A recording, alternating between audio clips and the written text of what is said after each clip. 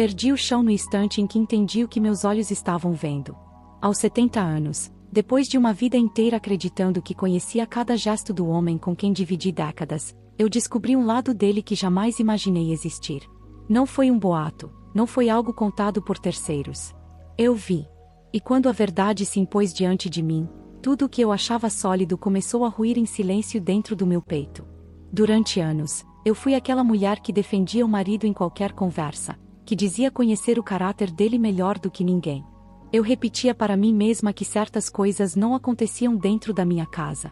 Até o dia em que um detalhe fora do lugar despertou uma desconfiança que eu tentei ignorar. Mas a sensação não foi embora. Ela cresceu, me corroeu por dentro e me levou a fazer algo que mudaria minha vida para sempre. O que mais me feriu não foi apenas a traição à confiança, mas o contexto, a pessoa envolvida, o impacto devastador que aquilo teve em toda a família. Eu senti vergonha, raiva, culpa e um medo profundo de encarar a realidade. Em poucos segundos, memórias de uma vida inteira passaram pela minha cabeça, como se estivessem sendo reavaliadas à luz daquela descoberta cruel. Muita gente acha que, depois de certa idade, a gente já não sente mais tudo com tanta intensidade. Isso é mentira. A dor não envelhece, a decepção não diminui e a coragem exigida para enfrentar a verdade é ainda maior quando se tem uma história longa demais para simplesmente virar a página sem consequências. Se você acha que já ouviu de tudo, fique comigo até o fim deste vídeo. O que eu vivi não foi apenas uma descoberta dolorosa, foi o início de uma transformação que ninguém ao meu redor esperava.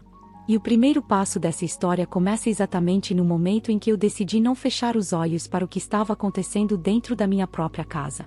Quando eu respirei fundo depois daquele choque inicial, percebi que não podia contar essa história de qualquer jeito. Ela não é simples, não é confortável e muito menos leve. O que eu vivi atravessa gerações, mexe com laços familiares e expõe o silêncio que muitas mulheres aprendem a carregar ao longo da vida. Eu sou essa mulher, e agora, com 70 anos, encontrei forças para olhar para trás e organizar cada lembrança que tentei esconder de mim mesma. Nesta história, eu vou te levar comigo desde os primeiros sinais que ignorei, passando pelos momentos em que minha intuição gritava e eu escolhia acreditar na versão mais conveniente da realidade.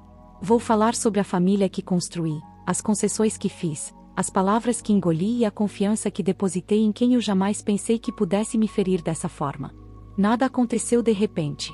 Tudo foi se desenhando aos poucos, em detalhes quase invisíveis para quem não queria enxergar. Talvez você esteja se perguntando por que alguém da minha idade decidiria expor algo assim agora. A resposta é simples e dolorosa. Porque o silêncio também machuca. Porque fingir que não vi me adoeceu mais do que a verdade. E porque existem muitas mulheres ouvindo essa história que, em algum momento, vão se reconhecer em mim, mesmo que nunca tenham dito isso em voz alta. Antes de continuar, eu quero te pedir algo importante. Se inscreva no canal agora, porque essas histórias só continuam existindo graças a pessoas que escolhem ouvir até o fim. Curta este vídeo para que ele chegue a mais mulheres que precisam se sentir menos sozinhas. E escreve aqui nos comentários de qual cidade você está assistindo, porque eu leio e isso me lembra que minha voz alcança lugares que eu jamais imaginei. O que você vai ouvir a partir daqui não é apenas sobre dor, mas sobre decisão, enfrentamento e uma volta por cima que começou quando eu parei de proteger quem não merecia mais o meu silêncio. No próximo capítulo, eu vou te contar como tudo parecia normal por fora, enquanto por dentro a minha casa já estava cheia de rachaduras que eu fingia não ver. Eu sempre digo que a traição não começa no ato final, ela começa no detalhe que a gente escolhe ignorar. Quando lembro da minha casa naquela época, tudo parecia organizado demais para esconder algo errado. A rotina era previsível, os horários respeitados, as conversas educadas demais. Eu acreditava que estabilidade era sinônimo de segurança, e isso me cegou por muito tempo. Meu marido, Augusto, sempre foi visto como um homem correto, trabalhador e reservado, alguém em quem todos confiavam sem questionar. Aos 70 anos, eu olho para trás e percebo que minha vida foi construída muito mais em função dos outros do que de mim mesma. Casei jovem, aprendi cedo a ceder, a engolir desconfortos e a chamar isso de maturidade. Augusto gostava de ordem, de silêncio e de controle, e eu confundia isso com responsabilidade. Eu dizia a mim mesma que todo casamento longo precisava de concessões, mesmo quando essas concessões me diminuíam pouco a pouco. Nossa sobrinha Clara começou a frequentar mais a nossa casa depois que a mãe dela adoeceu. Era uma menina quieta, aparentemente frágil, com o jeito de quem carregava o mundo nas costas cedo demais. Eu senti pena, senti obrigação, senti que era meu papel acolher. Nunca passou pela minha cabeça que aquele gesto de cuidado abriria a porta para a maior dor da minha vida. Eu confiava no homem com quem dividi décadas, e isso me fazia baixar a guarda sem perceber. No começo, eram pequenas coisas. Um café preparado antes de eu acordar quando Clara dormia lá. Conversas baixas na cozinha que cessavam quando eu aparecia. Olhares que eu não conseguia interpretar, mas que me causavam um incômodo estranho no peito. Sempre que algo me atravessava, eu empurrava para longe com a desculpa de que estava exagerando. Afinal, eu era a mais velha, talvez estivesse ficando desconfiada demais. Era isso que eu repetia para mim mesma. Eu sempre fui a mulher que mantinha tudo funcionando. A casa limpa, as contas pagas, os almoços de domingo organizados. Ninguém me perguntava como eu estava, porque eu parecia dar conta de tudo. Augusto se aproveitava desse silêncio eficiente. Ele sabia que eu não fazia escândalo, que eu resolvia as coisas por dentro. E talvez por isso tenha se sentido tão confortável para ultrapassar limites dentro da própria casa. Clara começou a mudar também, e eu notei antes de qualquer outra pessoa. Ela passou a se arrumar mais quando sabia que Augusto estava em casa. Ria de coisas que antes não tinham graça. Ficava vermelha quando ele entrava no ambiente. Eu observava tudo em silêncio, tentando encontrar uma explicação que não doesse. Dizia a mim mesma que era apenas admiração, uma fase, algo inocente demais para merecer minha atenção. Havia noites em que eu acordava e não encontrava Augusto na cama. Ele dizia que estava com insônia, que tinha ido beber água ou verificar alguma coisa no quintal. Eu acreditava, porque acreditar era mais fácil do que confrontar. O medo de confirmar uma suspeita pode ser paralisante, principalmente quando toda a sua história depende daquela mentira continuar de pé. Eu precisava que a minha vida fizesse sentido, mesmo que fosse à custa da verdade. As conversas entre nós começaram a ficar mais rasas. Augusto se irritava com facilidade, evitava me olhar nos olhos, respondia com frases curtas. Eu tentava puxar assunto, perguntar sobre o dia dele, mas sentia uma parede invisível entre nós. Ainda assim, eu insistia na normalidade. Preparava o jantar, perguntava se estava bom, sorria quando ele elogiava. Era como se eu estivesse representando o papel da esposa que ele esperava, enquanto algo apodrecia por dentro. Eu lembro de um dia específico em que encontrei um lenço de papel amassado no bolso da calça dele, com um perfume que não era o meu. Meu coração acelerou, minhas mãos tremeram, mas eu dobrei o lenço e joguei fora sem dizer nada. Aquilo foi um ensaio de todas as vezes em que eu escolheria o silêncio. Cada vez que eu calava, eu me afastava um pouco mais de mim mesma. Clara começou a me evitar. Não me contava mais sobre a escola, não pedia conselhos, não sentava comigo na sala como antes. Eu sentia falta da proximidade, mas interpretava aquilo como rebeldia ou vergonha da idade. Nunca como culpa. Eu não queria enxergar aquela tensão no ar, aquele desconforto que se instalava sempre que ficávamos os três no mesmo ambiente. O silêncio se tornou um personagem constante naquela casa. Houve um jantar em que eu percebi claramente a troca de olhares entre eles. Não foi longo, mas foi intenso o suficiente para me atravessar como uma faca. Meu estômago revirou, e eu precisei apoiar a mão na mesa para não demonstrar fraqueza. Naquele momento, algo dentro de mim sussurrou que eu não estava louca. Ainda assim, eu respirei fundo e continuei comendo, como se nada tivesse acontecido. A idade traz um peso estranho.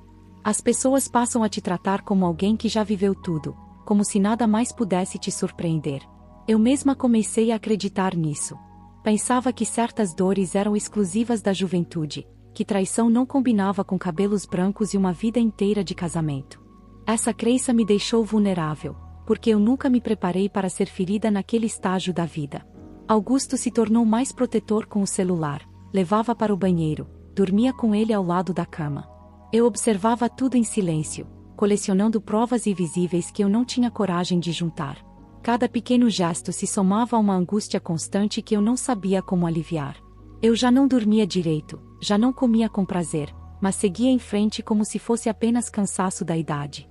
Eu comecei a desconfiar de mim mesma.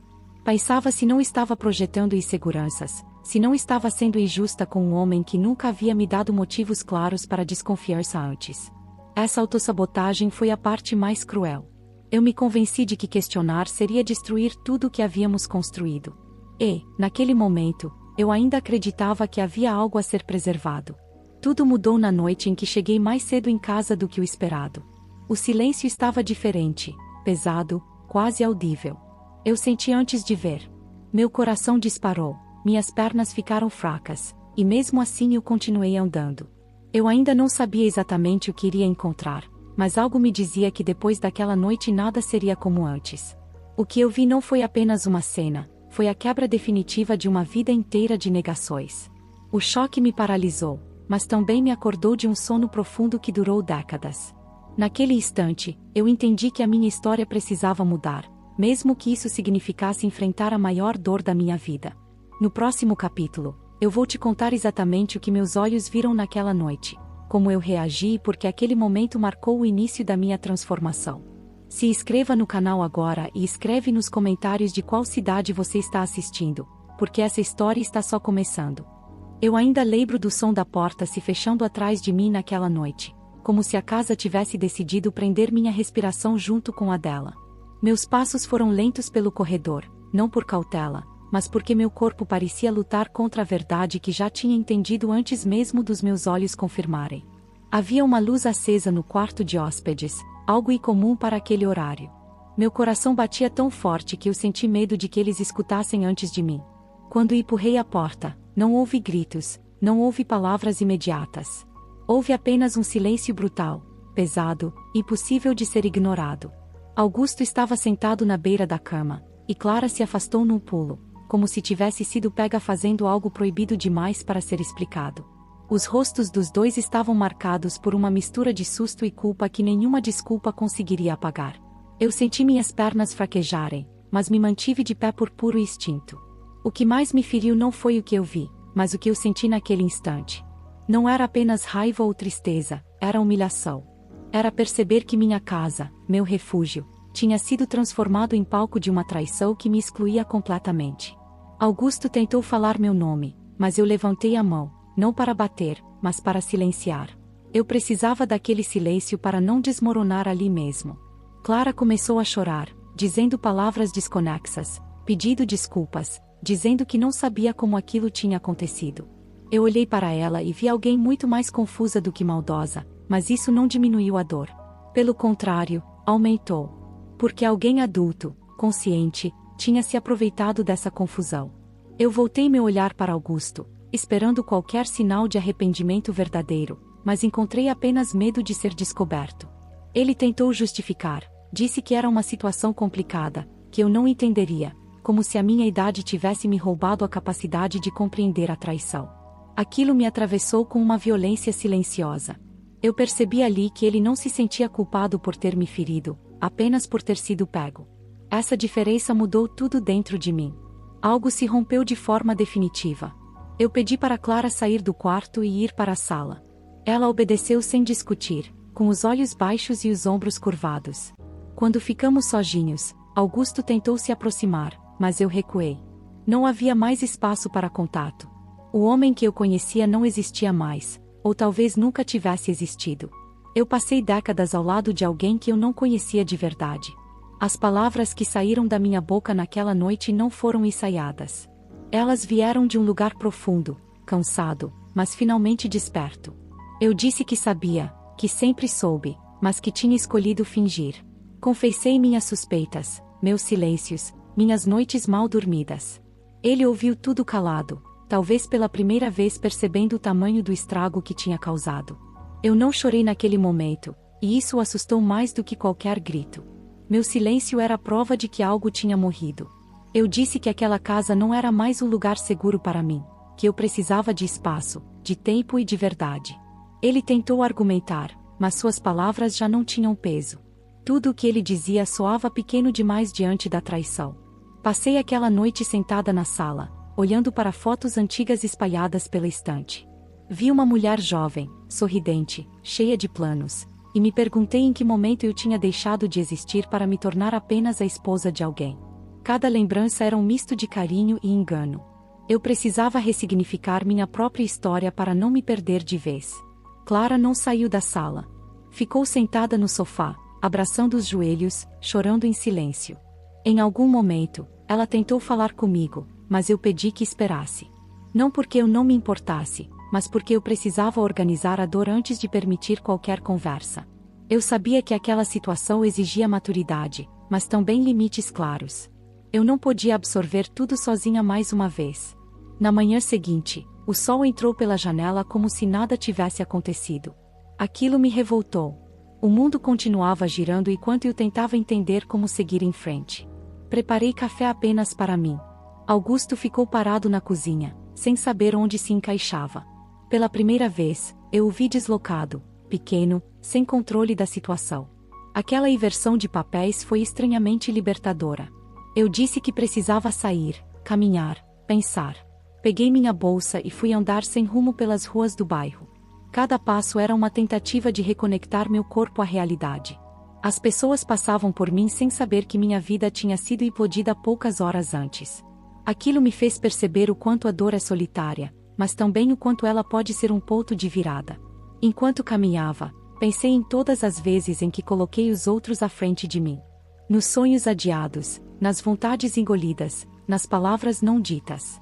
A traição não tinha sido apenas conjugal, tinha sido existencial. Eu tinha traído a mim mesma por anos, aceitando menos do que merecia. Essa constatação doeu, mas também acendeu algo novo dentro de mim.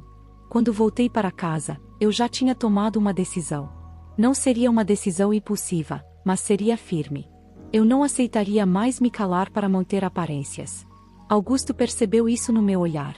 Não houve discussão, apenas um acordo silencioso de que nada seria resolvido naquele dia. Eu precisava de tempo para reconstruir algo que ainda nem sabia o que seria. Naquela noite, eu dormi em um quarto separado. Não por vingança, mas por necessidade. Eu precisava de espaço físico para organizar o emocional. Enquanto deitava, senti uma mistura estranha de dor e alívio.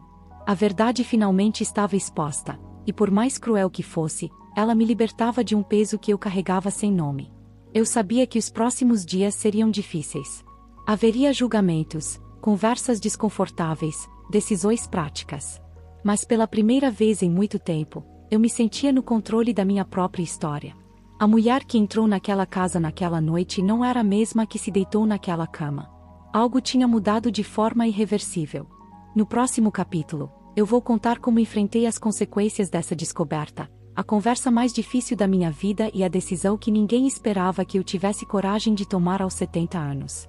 Se inscreva no canal agora e escreve nos comentários de qual cidade você está assistindo. Eu acordei naquele dia com a sensação de que não tinha dormido nada, mesmo tendo passado horas de olhos fechados. Meu corpo estava cansado, mas minha mente seguia em alerta, como se algo perigoso ainda estivesse prestes a acontecer. O silêncio da casa parecia diferente, mais pesado, quase hostil, e cada ruído pequeno me fazia prender a respiração sem perceber. Levantei devagar e fui até a cozinha. Preparei café outra vez apenas para mim, não por birra, mas porque eu precisava reafirmar pequenos gestos de autonomia.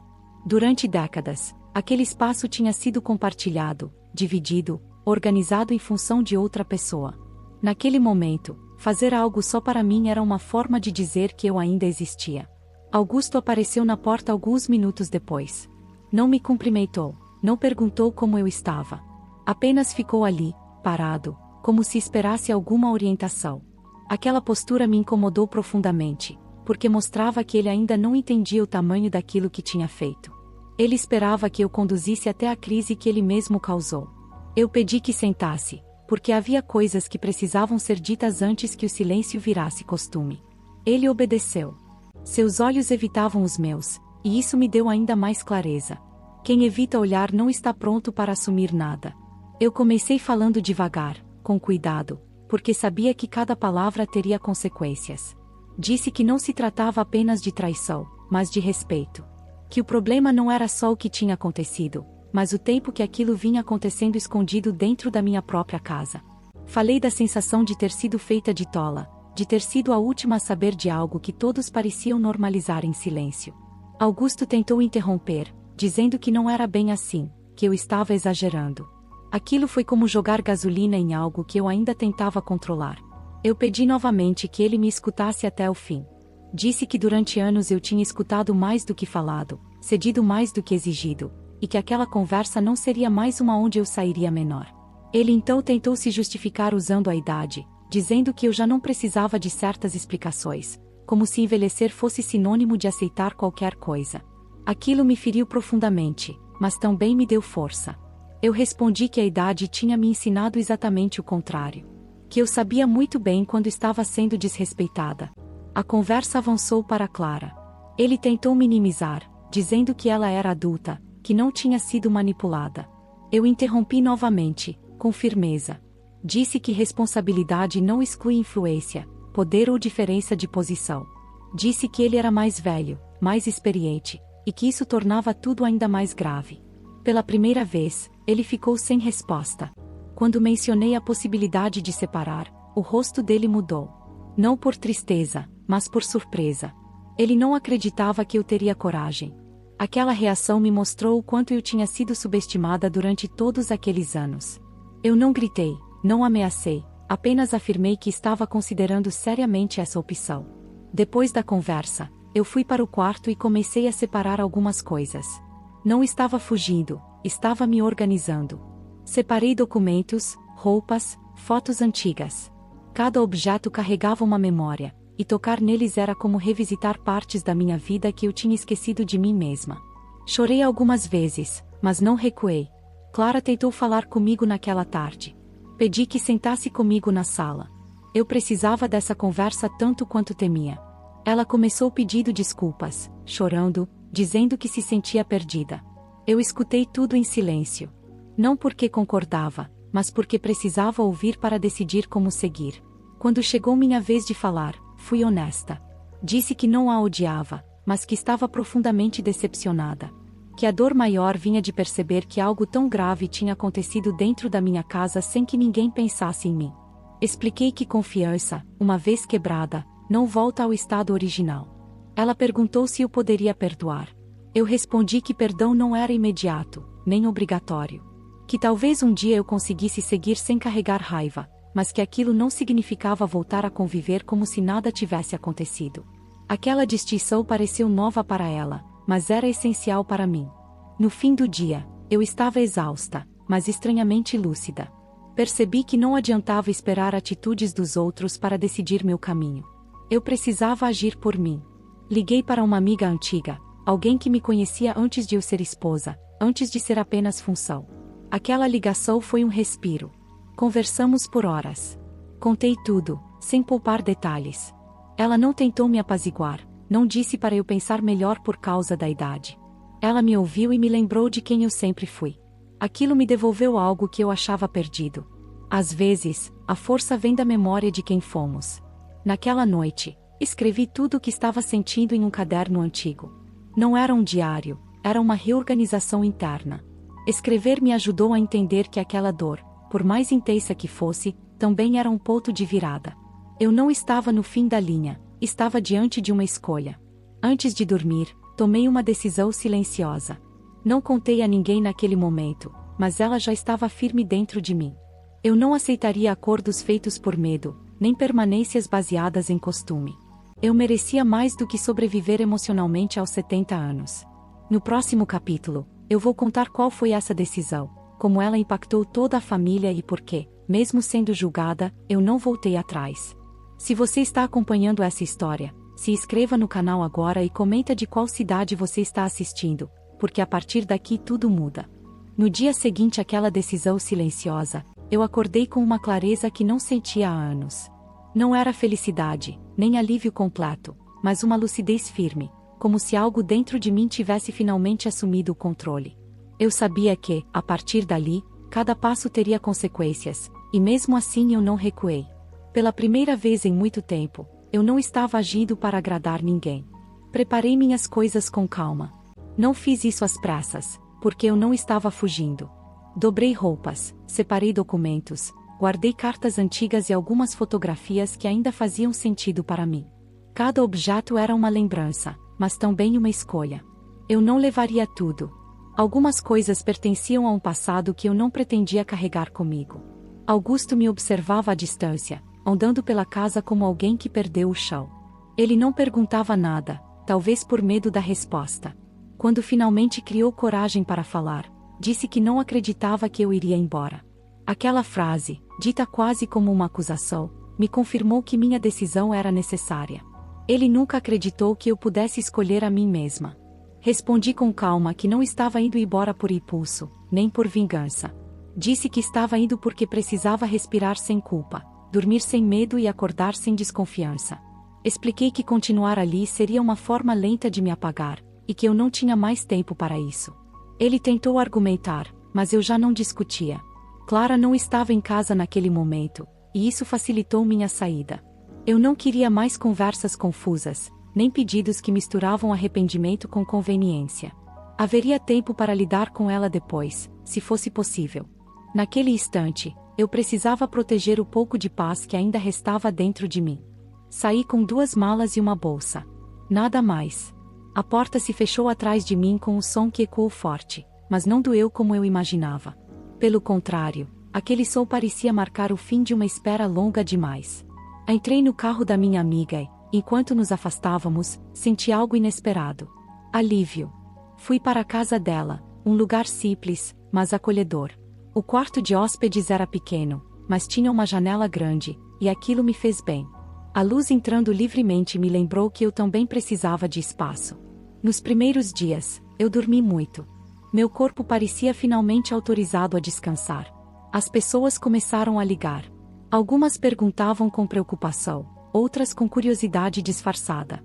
Houve quem dissesse que eu estava exagerando, que essas coisas acontecem, que era melhor manter a família unida. Cada comentário desses me mostrava o quanto a dor de uma mulher mais velha é frequentemente minimizada. Eu aprendi a responder menos e ouvir mais a mim mesma. Não precisava justificar minha decisão para quem nunca esteve no meu lugar. Comecei a caminhar pela manhã, algo que eu não fazia havia anos. Aqueles passeios curtos me ajudavam a organizar os pensamentos e a lembrar que meu corpo ainda era capaz de me acompanhar. Procurei um advogado indicada por uma conhecida. Sentar naquela sala e falar sobre separação aos 70 anos foi estranho, mas também libertador. O profissional me tratou com respeito, explicou meus direitos, falou com clareza. Pela primeira vez, eu senti que alguém estava do meu lado sem tentar decidir por mim. Augusto tentou me procurar algumas vezes. Mandou mensagens longas, cheias de arrependimento e promessas. Li todas, mas não respondi imediatamente. Eu precisava entender se aquilo era medo de ficar sozinho ou reconhecimento real do que tinha feito.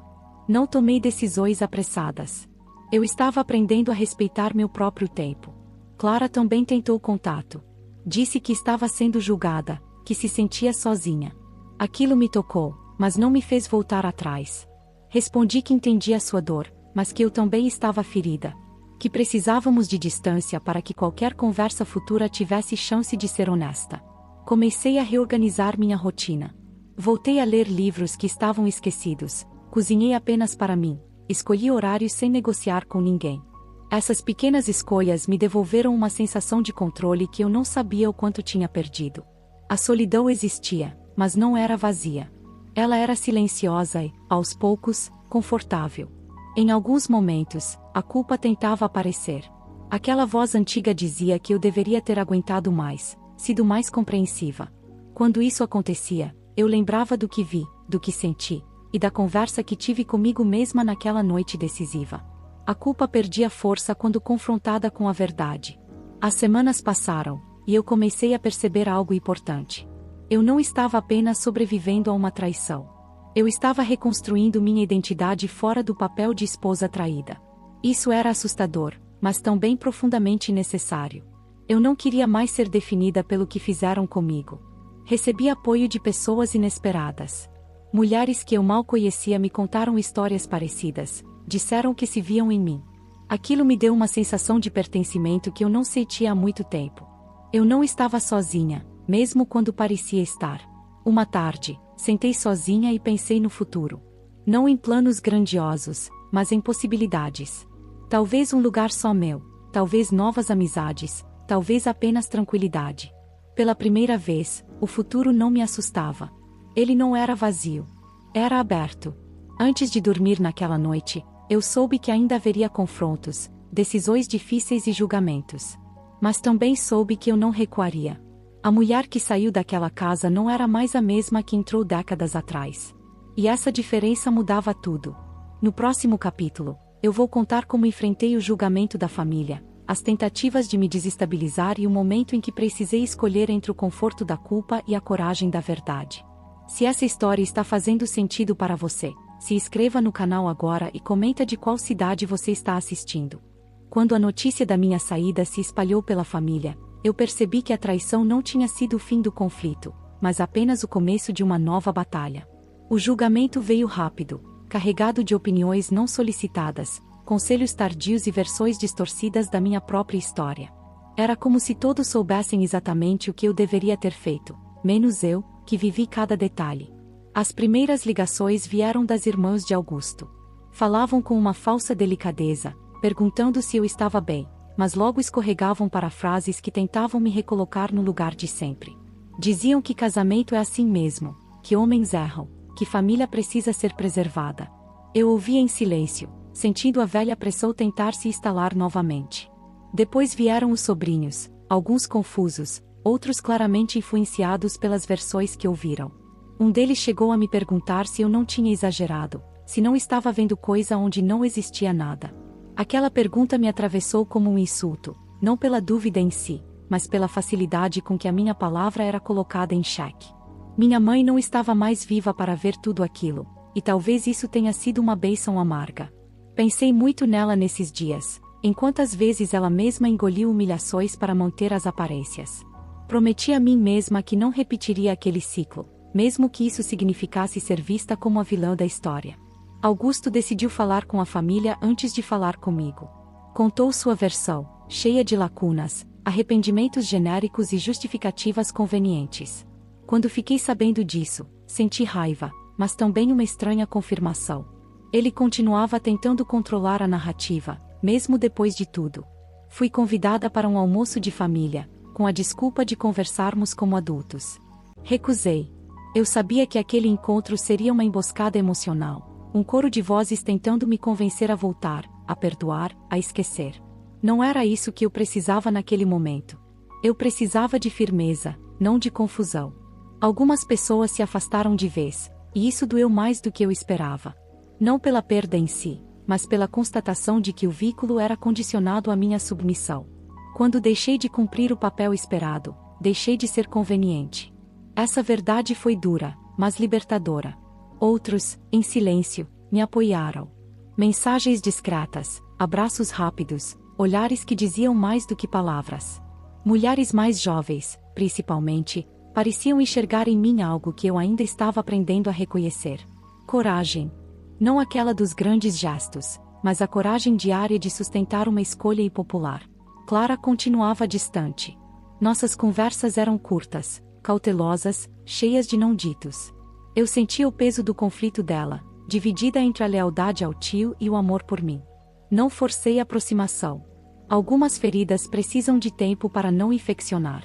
Houve uma noite em que chorei sozinha, sentada na cama, pensando se tudo aquilo valia a pena. A solidão parecia maior, a saudade do que eu achava que tinha construído batia forte. Mas, mesmo ali, no fundo do choro, eu sabia que voltar não me traria paz. Apenas adiaria o inevitável. Decidi escrever.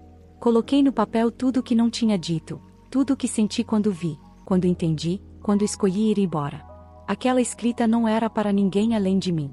Era um registro, uma forma de não permitir que a história fosse reescrita por terceiros. Comecei a frequentar encontros de mulheres da minha idade, algo simples, sem grandes pretensões. Ouvir histórias parecidas, diferentes e igualmente dolorosas me ajudou a entender que meu caso não era exceção. O silêncio coletivo sempre protegeu mais os erros do que as vítimas. Augusto insistiu em um encontro. Disse que precisava me olhar nos olhos. Aceitei, mas com limites claros. Marcamos em um lugar público, neutro. Quando o vi, percebi o quanto eu havia mudado. A presença dele já não me encolhia. Ele falou muito. Pediu desculpas, chorou, tentou explicar o inexplicável. Eu ouvi, mas não me perdi. Quando chegou minha vez de falar, fui direta. Disse que a traição não foi apenas o ato, mas o desrespeito contínuo, a mentira, a tentativa de me fazer duvidar de mim mesma. Expliquei que perdoar não significava voltar. Que compreender não anulava as consequências. Ele pareceu não entender completamente, e talvez nunca entenda. Mas aquilo já não era minha responsabilidade. Eu não precisava mais ser professora emocional de ninguém. Saí daquele encontro com uma sensação estranha de encerramento. Não porque tudo estava resolvido, mas porque eu havia dito o que precisava. Não guardei mais palavras dentro de mim por medo de desagradar. Aquilo, por si só, já era uma vitória. Os dias seguintes foram mais leves. Ainda difíceis, mas mais honestos. Eu estava aprendendo a lidar com o desconforto sem correr para o velho abrigo do auto-sacrifício. Cada escolha consciente fortalecia algo novo dentro de mim. Percebi que minha história começava a inspirar outras pessoas, mesmo sem eu perceber. Uma vizinha me disse que estava repensando o próprio casamento depois de me ouvir. Aquilo me assustou e me emocionou ao mesmo tempo. Nossas escolhas ecoam mais longe do que imaginamos. Ainda havia questões práticas a resolver, decisões legais, divisões, despedidas finais. Nada disso seria simples. Mas eu já não me sentia pequena diante do que vinha pela frente. Eu estava inteira, mesmo com as cicatrizes. Antes de encerrar este capítulo, eu quero te pedir algo. Se essa história está te tocando, se inscreva no canal agora para acompanhar até o fim. Curta o vídeo e escreve nos comentários de qual cidade você está assistindo. No próximo capítulo, eu vou contar como enfrentei as consequências finais dessa decisão e o momento exato em que percebi que minha vingança não era destruir ninguém, mas reconstruir a mim mesma. Eu acordei naquele dia com a sensação de que algo definitivo estava prestes a acontecer. Não era ansiedade comum, era um pressentimento sereno, como se meu corpo soubesse antes da minha cabeça que um ciclo estava se fechando. Levantei devagar, preparei um café forte e fiquei alguns minutos em silêncio, observando a rua pela janela. Pela primeira vez, não senti vontade de fugir dos meus próprios pensamentos. As decisões práticas começaram a ocupar espaço.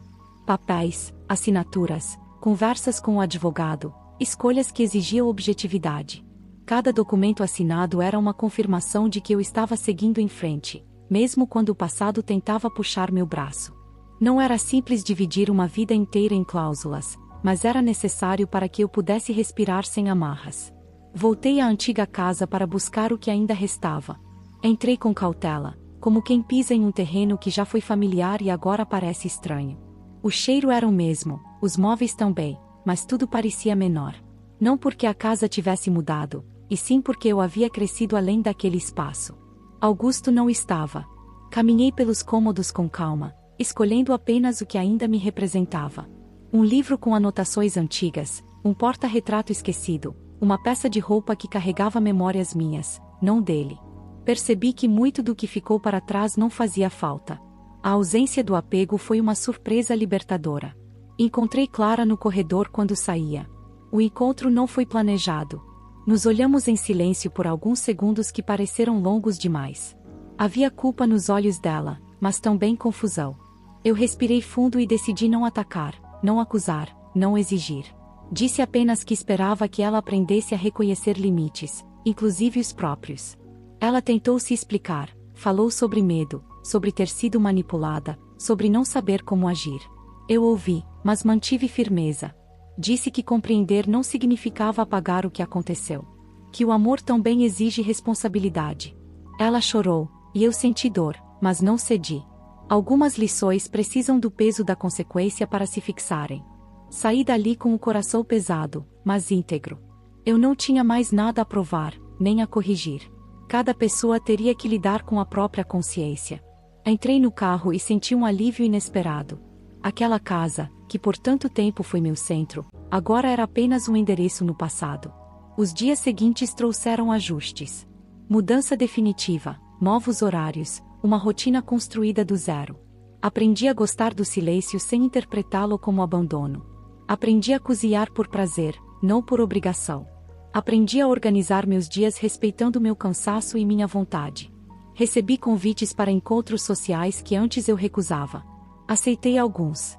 Conheci pessoas novas, ouvi histórias diferentes, ri sem culpa. A vida não tinha acabado aos 70. Ela apenas tinha mudado de formato. Essa constatação me devolveu uma alegria tímida, mas sincera.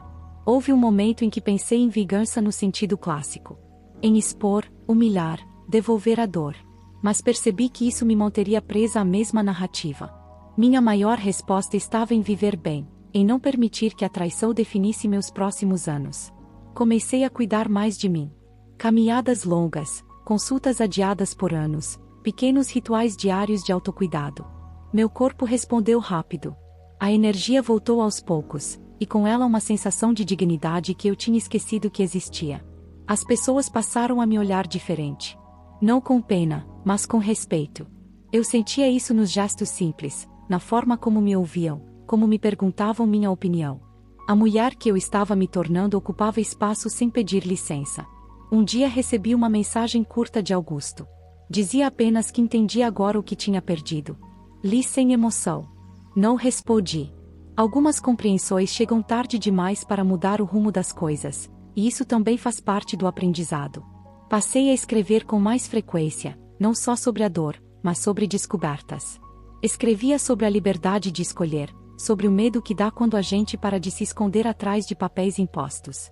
Aquela escrita me ajudou a consolidar quem eu era naquele momento. Percebi que minha história tinha deixado de ser apenas minha. Outras mulheres se aproximavam, contavam segredos, pediam conselhos. Eu não tinha respostas prontas, mas tinha escuta. E isso, muitas vezes, era o suficiente. Entendi que a tal vingança perfeita não era barulho, nem exposição. Era silêncio consciente. Era a decisão de não carregar mais o erro dos outros como se fosse meu. Era seguir em frente sem pedir desculpas por ter escolhido a mim mesma. O passado ainda existia, claro. Mas já não comandava meus dias. Ele ocupava um lugar organizado na memória, sem dominar o presente. Essa ordem interna foi a maior conquista de todas. Naquela noite, antes de dormir, agradeci em silêncio pela coragem que encontrei quando achei que não tinha mais nenhuma. Agradeci por estar viva, lúcida e dona das minhas escolhas. Aos 70 anos, eu estava começando uma fase que muitos dizem não existir. Se essa história está fazendo sentido para você, se inscreva no canal agora para acompanhar o final. Curta o vídeo e escreve nos comentários de qual cidade você está assistindo. No próximo capítulo, eu vou contar como transformei essa dor em propósito e o que aconteceu quando decidi viver sem pedir permissão para ser feliz. Eu não acordei transformada de um dia para o outro, mas algo em mim já não aceitava mais viver no modo de sobrevivência. Havia uma clareza nova, quase desconfortável, que me obrigava a olhar para frente sem o véu da culpa ou do medo. Aos 70 anos, percebi que o tempo não era meu inimigo, e sim o recurso mais valioso que ainda possuía. Comecei a organizar minha vida com uma intenção diferente. Não era mais sobre consertar o que foi quebrado, e sim sobre construir algo que nunca existiu. Um cotidiano pensado para mim, não para agradar, sustentar aparências ou manter acordos silenciosos que sempre me diminuíram. Essa mudança interna foi mais difícil do que qualquer separação formal. Decidi mudar novamente de endereço, não por fuga, mas por escolha. Queria um lugar onde ninguém conhecesse minha história anterior, onde eu pudesse ser apenas quem eu era agora. Escolhi um apartamento pequeno, ensolarado, com janelas grandes. A luz entrando todos os dias parecia um lembrete silencioso de recomeço. Os primeiros dias foram estranhos. O silêncio era profundo, quase barulhento. Não havia passos além dos meus, nem vozes cruzando os corredores. No início, isso assustou. Depois, virou conforto. Pela primeira vez, eu podia ouvir meus próprios pensamentos sem interrupções. Passei a ocupar meu tempo com atividades que sempre adiei. Fiz um curso de escrita presencial, algo que nunca tive coragem antes. Sentar em uma sala com pessoas mais jovens, ouvir minhas próprias palavras sendo lidas em voz alta, foi um exercício de vulnerabilidade e força ao mesmo tempo. Alguns se surpreendiam ao saber da minha idade. Outros se inspiravam. Eu não fazia disso o estandarte, mas também não escondia. Cada ruga, cada história vivida, agora era parte do meu valor, não um fardo a ser disfarçado. Com o tempo, comecei a ser convidada para falar em pequenos encontros de mulheres. Nada formal. Rodas simples, salas de igreja, centros comunitários. Eu contava minha história sem adornos, sem vitimismo. Falava da dor, mas principalmente da decisão de não morrer emocionalmente dentro dela. Percebi que muitas viviam prisões parecidas, mesmo sem traições explícitas. Prisões feitas de medo, dependência emocional, conveniência social. Olhavam para mim como se eu fosse prova viva de que ainda havia saída, mesmo quando tudo parece tarde demais. Isso me deu um novo senso de propósito. Não era sobre salvar ninguém, mas sobre mostrar que a dignidade não tem prazo de validade. Que o amor próprio não expira com a idade. Que recomeçar não é um privilégio dos jovens, e sim um direito de quem ainda respira. Financeiramente, também precisei me reorganizar. Aprendi a viver com menos, curiosamente, me senti mais rica. Menos gastos impulsivos, menos tentativas de preencher vazios com coisas. Passei a investir em experiências, em aprendizado, em bem-estar real. Houve dias difíceis, claro. Datas que ainda doíam, lembranças que surgiam sem aviso. Mas agora eu sabia atravessar esses momentos sem me perder neles. A dor vinha, eu reconhecia, e deixava ir. Ela não comandava mais minhas escolhas. Um dia, recebi uma carta de Clara. Era longa, confusa, cheia de arrependimentos. Li com atenção, mas sem pressa. Respondi de forma breve, desejando que ela encontrasse maturidade e responsabilidade emocional. Não reabri feridas, não revivi histórias. Respeitei meus próprios limites. Augusto nunca mais tentou contato. E, surpreendentemente, isso não me incomodou. A ausência definitiva foi o fechamento que eu não sabia que precisava.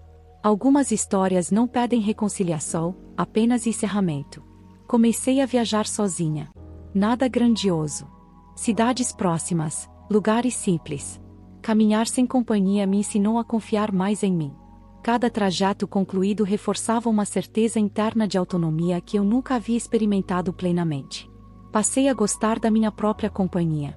A conversar comigo mesma sem críticas severas. A reconhecer minhas conquistas, mesmo as silenciosas. Isso mudou a forma como eu me relacionava com o mundo e com as pessoas ao meu redor. Quando alguém novo entrou na minha vida, não veio como salvação. Veio como complemento opcional. Sem dependência, sem promessas vazias. Apenas presença honesta. E isso fez toda a diferença. Hoje, quando olho para trás, não romantizo a dor, mas também não a amaldiçoo. Ela foi o empurrão mais duro e necessário que a vida me deu. Se não fosse aquele choque, talvez eu ainda estivesse adormecida dentro de uma rotina que me anulava. Aos 70 anos, eu não recuperei apenas minha liberdade. Recuperei minha voz, minha autonomia e minha capacidade de escolher. Descobri que a verdadeira volta por cima não é provar nada a ninguém, e sim nunca mais se abandonar. Se essa história tocou você de alguma forma, se inscreva agora no canal para não perder as próximas histórias. Curta o vídeo e escreva nos comentários de qual cidade você está assistindo, eu leio tudo com muito carinho. Compartilhe com alguém que precisa ouvir isso hoje. Minha história termina aqui, mas a sua ainda está em movimento. E enquanto houver fôlego, sempre haverá a possibilidade de recomeçar.